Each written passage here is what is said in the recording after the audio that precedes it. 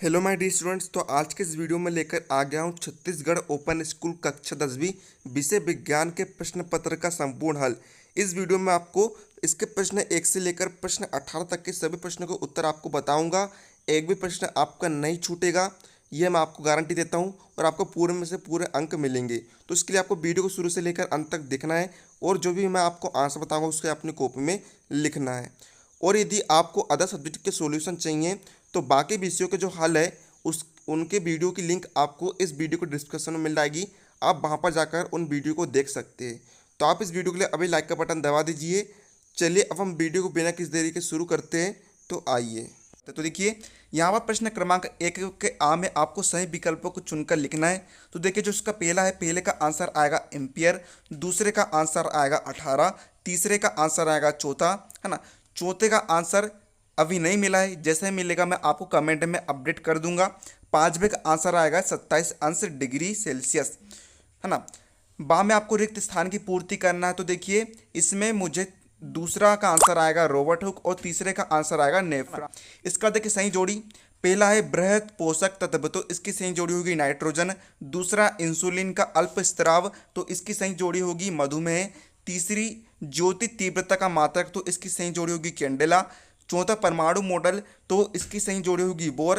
पांचवा सूक्ष्म पोषक तत्व, तो इसकी सही जोड़ी हो जाएगी जिंक। तो ये आपके सारे ऑब्जेक्टिव प्रश्नों का सॉल्यूशन हो गए है ना। जो छूटे आपको उसको कमेंट में बता दूंगा मैं। आइए अब हम बढ़ते हैं इनके आगे के प्रश्नों की तरफ, जो कि 2 अंक के है। क्या पढ़ाई में आपको आते हैं डाउट्स? तो 5 सेकंड में डाउट नोट के साथ करो उन्हें आउट। बस अपने सवाल की फोटो खींचो, क्रॉप करो और तुरंत वीडियो सॉल्यूशन पाओ। फिर चाहे आपका सवाल फिजिक्स, केमिस्ट्री, मैथ्स, बायोलॉजी का हो, सीबीएसई, यूपी, बिहार, मध्य प्रदेश या अन्य स्टेट बोर्ड का हो, यहाँ तक कि कक्षा 6 से 12वीं आईआईटी, जेईई, नीट का सवाल हो, सभी सवालों के वीडियो सॉल्यूशन बस 5 सेकंड में मिलेंगे आपको डाउनलोड ऐप पर। इसके साथ ही डाउनलोड पर चल रही है इंडिया की number 1 daily online video classes, वो भी इंग्लिश और हिंदी मीडियम में, जहाँ पूरा कोर्स पढ़ा जा रहा है। तो आज ही इन कोर्सेज का हिस्सा बनिए और डाउनलोड ऐप इंस्टॉल कीजिए। तो देखिए आपके जो प्रश्न क्रमांक 2 है वह आपको दिया है, कंधे पर लटकाने वाले थैलों में चौड़ी पट्टी क्यों लगी होती है? तो देखिए इसका आंसर आएगा आपका, यह प्रेशर अर्थात कंधे पर पड़ने वाले दबाव को कम करने में सहायक होता है। तो आप वीडियो को पॉज करके आंसर लिखते जाइए, या फिर आप स्क्रीनशॉट भी ले सकते हैं। इसके बाद देखिए आपका तीसरा प्रश्न है, चाल क्या है? चाल का एसआई मात्रक लिखिए। तो देखिए यहाँ पर हमें सबसे पहले चाल की परिभाषा लिखनी है। तो देखिए किसी वस्तु के विस्थापन की दर को चाल कहते हैं, अर्थात चाल बराबर से दूरी बटे समय होता है। और चाल क्या है? चाल एक अदिश राशि होती है। अब हम बताएंगे चाल का एसआई मात्रक। तो देखिए चाल का एसआई मात्रक क्या होता है? मीटर प्रति सेकंड होता है ना। हम इसे इंग्लिश में इस प्रकार से लिख सकते हैं, मीटर प्रति सेकंड। ठीक है। इसके बाद देखिए आपका जो चौथा प्रश्न है, इसमें आपको उत्तर लेंस और अवतल लेंस में दो अंतर लिखने। तो देखिए यहाँ पर उत्तर लेंस और अवतल लेंस में हमने 2 अंतर लिखा है। तो एक तरफ आप कॉलम में बनाएंगे उत्तर लेंस और दूसरी तरफ आप कॉलम में लिखेंगे अवतल लेंस। आपको चित्र नहीं बनाना है, केवल आपको ये 2 अंतर लिख देना है। पहला अंतर उत्तर लेंस में, ये लेंस बीच में से मोटा तथा किनारों से पतला होता है, और अवतल लेंस बीच में से पतला तथा किनारों से मोटा होता है। अब दूसरा अंतर, उत्तल लेंस प्रकाश किरणों को एक बिंदु पर अभिसारित कर देता है, जबकि जो अवतल लेंस होता है प्रकाश की किरणों को अपसरित कर देता है, इसलिए इसे अपसारी लेंस भी कहते हैं। तो ये देखिए ये आपका उत्तल लेंस और अवतल लेंस में अंतर हो जाएगा।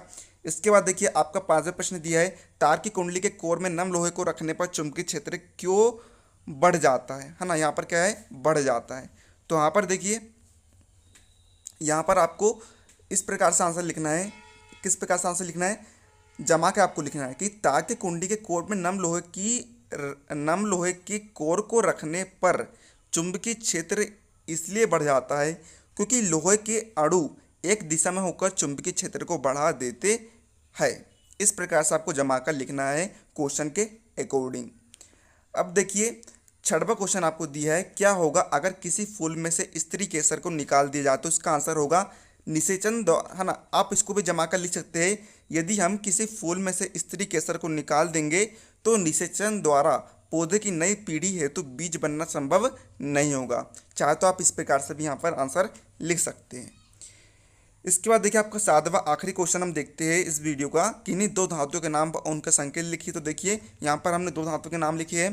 पहला है सोडियम, इसको हम दर्शाते हैं एन से, और लोहा, लोहा का संकेत होता है एफ। तो इसके बाद देखिए आपको अगले प्रश्न में 8वें प्रश्न में आपको मूल मात्रक और व्युत्पन्न मात्रक में आपको कोई 3 अंतर लिखना है। तो देखिए यहाँ पर आप 2 कॉलम बनाएंगे, है ना।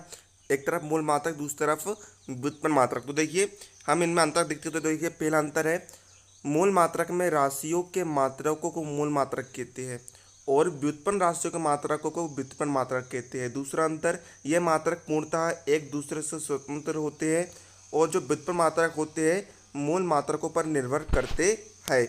इसके बाद तीसरा अंतर हम देखते हैं, एसआई पद्धति में 7 मूल मात्रक तथा 2 पूरक मूल मात्रक है और जबकि व्युत्पन्न मात्रकों की संख्या कितनी है, असीमित है ना। तो ये आपके मूल मात्रक और व्युत्पन्न मात्रक में अंतर हो जाएंगे। इसके बाद देखिए यहाँ पर आपको 9वें क्वेश्चन में आपको द्रव्यमान संरक्षण का नियम उदाहरण सहित लिखना है। तो देखिए यहाँ पर आपके सामने है द्रव्यमान संरक्षण का नियम, है ना। इस नियम को सर्वप्रथम रूसी वैज्ञानिक लोमोनोसोव ने सन 1756 में प्रतिपादित किया था, जिसकी पुष्टि बाद में लेवजिए, लेंडोल्ट आदि वैज्ञानिकों ने की। इस नियम के अनुसार किसी रासायनिक अभिक्रिया में भाग लेने वाले पदार्थों की मात्रा का योग रासायनिक क्रिया में बने पदार्थ की मात्रा के बराबर होता है ना। यहाँ पर A+B उदाहरण के माध्यम से, है ना, A+B अभिकारक, यदि हमने उसको गर्म करे तो क्या बन गया, AB उत्पाद बन गया। यानी कि जब हम क्रिया करा रहे थे उससे पूर्व जो अभिकारक, जो दोनों अभिकारक थे A और B, उन दोनों की मात्रा का योग 5 ग्राम था और जब उत्पाद बन गया तब भी उनकी मात्राओं का योग 5 ही है। यानी कि दोनों मात्राएं समान है। यानी कि अभिक्रिया से बने पदार्थ और अभिक्रिया के बाद बने उत्पाद की मात्रा का योग बराबर होता है। अर्थात रासायनिक क्रिया में द्रव्यमान को ना तो नष्ट उत्पन्न किया जा सकता है और ना ही नष्ट किया जा सकता है। तो इसके एक उदाहरण के माध्यम से आप समझा देंगे। एक फ्लास्क में इस प्रकार का आप चित्र बना देंगे, है ना। एक फ्लास्क में कुछ रेत भरकर उसके ऊपर हम फास्फोरस का एक टुकड़ा रख देते हैं। फ्लास्क के मुंह को कॉर्क से कसकर बंद करके फ्लास्क को तोलते हैं। फिर फ्लास्क को गर्म करते हैं, फास्फोरस जलने लगता है और फ्लास्क फास्फोरस पेंटा ऑक्साइड यानी कि P4O10 के धुएं से भर जाता है। तो आपका 9वें प्रश्न का आंसर हो जाता है। इसका देखिए 10वां प्रश्न है आपका, 3 ऐसे उपकरणों का उदाहरण दीजिए जिनमें माइक्रोफोन अथवा स्पीकर अथवा दोनों का एक साथ उपयोग होता है। तो आपके सामने इस प्रश्न का उत्तर है।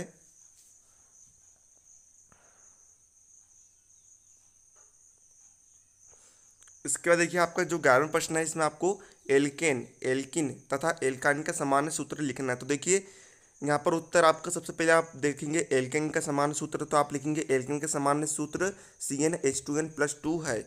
इसके बाद देखिए एल्कीन का सामान्य सूत्र है CnH2n। आप जमा कर लिखेंगे एल्कीन का सामान्य सूत्र क्या है, CnH2n है। फिर आप लिखेंगे एल्काइन का सामान्य सूत्र CnH2n-2 है। तो इस प्रकार से आपको जमा कर आंसर यहाँ पर आपको लिखना है। इसके बाद देखिएगा आप 12वां प्रश्न आपका, जले हुए व्यक्ति के लिए कैसा प्राथमिक उपचार सुझाएंगे, ये आपका क्वेश्चन है।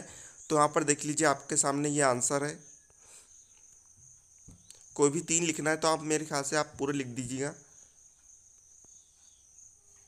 पहला, पीड़ित व्यक्ति को आग से दूर ले जाए। इस प्रकार से आप यहाँ पर आंसर लिख देंगे।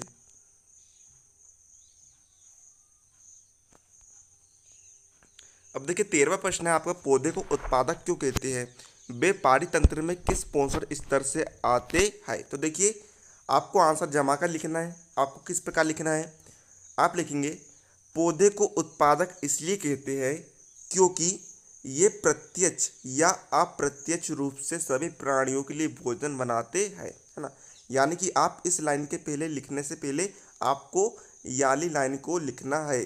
पौधे को उत्पादक इसलिए कहते हैं, है ना, क्योंकि ये प्रत्यक्ष या अप्रत्यक्ष रूप से सभी प्राणियों के लिए भोजन बनाते हैं। फिर आपका जो सेकंड क्वेश्चन है यहाँ से लेकर यहाँ तक का, तो इसका आंसर आप जमा कर लिखेंगे, यह पारितंत्र में प्रथम पोषण स्तर पर आते हैं, है ना। यह पारितंत्र में प्रथम पोषण स्तर से आते हैं। इस प्रकार से आपको जमा कर लिखना है आंसर को। अब देखिए 14वां आपको क्वेश्चन दिया है, निम्नलिखित तत्वों के बीच में बनने वाले यौगिकों के नाम व सूत्र प्रस्तावित कर लिखिए। पहला है सोडियम और सल्फेट आयन, दूसरा है एल्यूमिनियम और क्लोरीन आयन। तो देखिए आप उत्तर में लिखेंगे, है ना।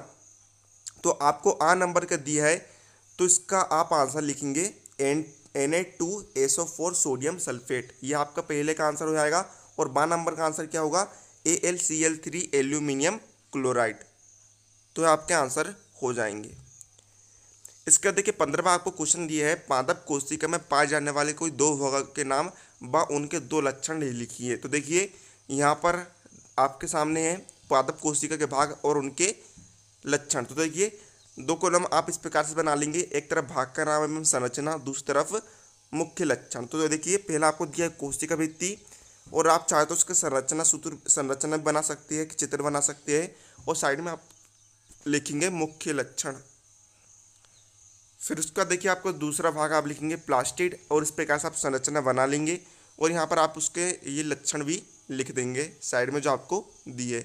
बाकायदा आपको कॉलम बनाकर यहाँ पर लिखना है।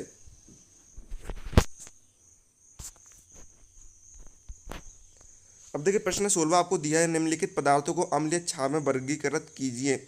यहाँ पर देखिए आपको निम्न पदार्थ दिए गए, कुछ कुल 5 पदार्थ आपको दिए हैं, आपको बताना है कि ये अम्ल है या फिर क्षार। तो देखिए दो कॉलम हम आप बना देंगे, एक तरफ अम्ल और दूसरी तरफ क्षार। तो देखिए अम्ल क्या क्या है इसमें, अम्ल है इसमें संतरा और नींबू पानी, है ना। संतरा और नींबू पानी क्या है, अम्ल है, और साबुन, खाने का सोडा और ताज़ा दूध क्या है, क्षार है। तो इस प्रकार से यहाँ पर आंसर लिखेंगे। अब देखिए प्रश्न 17 आपको दिया है, निम्नलिखित यौगिकों के IUPAC नाम लिखिए। तो देखिए यहाँ पर हम उत्तर लिखते हैं। तो देखिए आपका पहला दिया है CH3CHO, तो CH3CHO का IUPAC नाम क्या है, एथेनल है ना। इसके बाद CH3OH का IUPAC नाम होगा मेथेनॉल। फिर HCOOH का IUPAC नाम होगा मेथेनोइक अम्ल। C2H5Br का IUPAC नाम होगा ब्रोमोएथेन, और CH3COCH3 का IUPAC नाम होगा 2-प्रोपेनॉन। तो ये आपके आंसर हो जाएंगे प्रश्न 17वां की। इसके बाद देखिए आपका लास्ट प्रश्न है प्रश्न 18वां का, अथवा हम देखते हैं, निम्नलिखित का एक उपयोग लिखिए। तो देखिए यहाँ पर आपको, है ना, दर्पण और लेंस दिए गए हैं, आपको उनके उपयोग लिखना है। तो देखिए पहला हम देखते हैं समतल दर्पण। तो समतल दर्पण का उपयोग होता है श्रृंगार दर्पण के रूप में। दूसरा अवतल दर्पण का उपयोग होता है सेविंग मिरर के रूप में। उत्तल दर्पण का हम एक उपयोग देख लेते हैं, तीक्ष्ण मोड़ पर दूसरी तरफ से आने वाले वाहनों को देखने में। इसके बाद हम चौथा देखते हैं, उत्तल लेंस का उपयोग दूरदृष्टि के निवारण के रूप में होगा। अवतल लेंस का उपयोग निकट दृष्टि दोष के निवारण के रूप में होगा। और आखिरी आपको दिया है प्रकाश को उसके संघटक वर्णक्रमीय रंगों में तोड़ने के लिए। तो यहाँ पर आपके सारे प्रश्नों के उत्तर हो जाते हैं। तो उम्मीद आपको वीडियो पसंद आया, वीडियो को लाइक कर दीजिएगा। उम्मीद आपको सभी को हेल्प मिली होगी। तो मिलते हैं आपको अगले वीडियो, तब तक के लिए जय हिंद, जय भारत।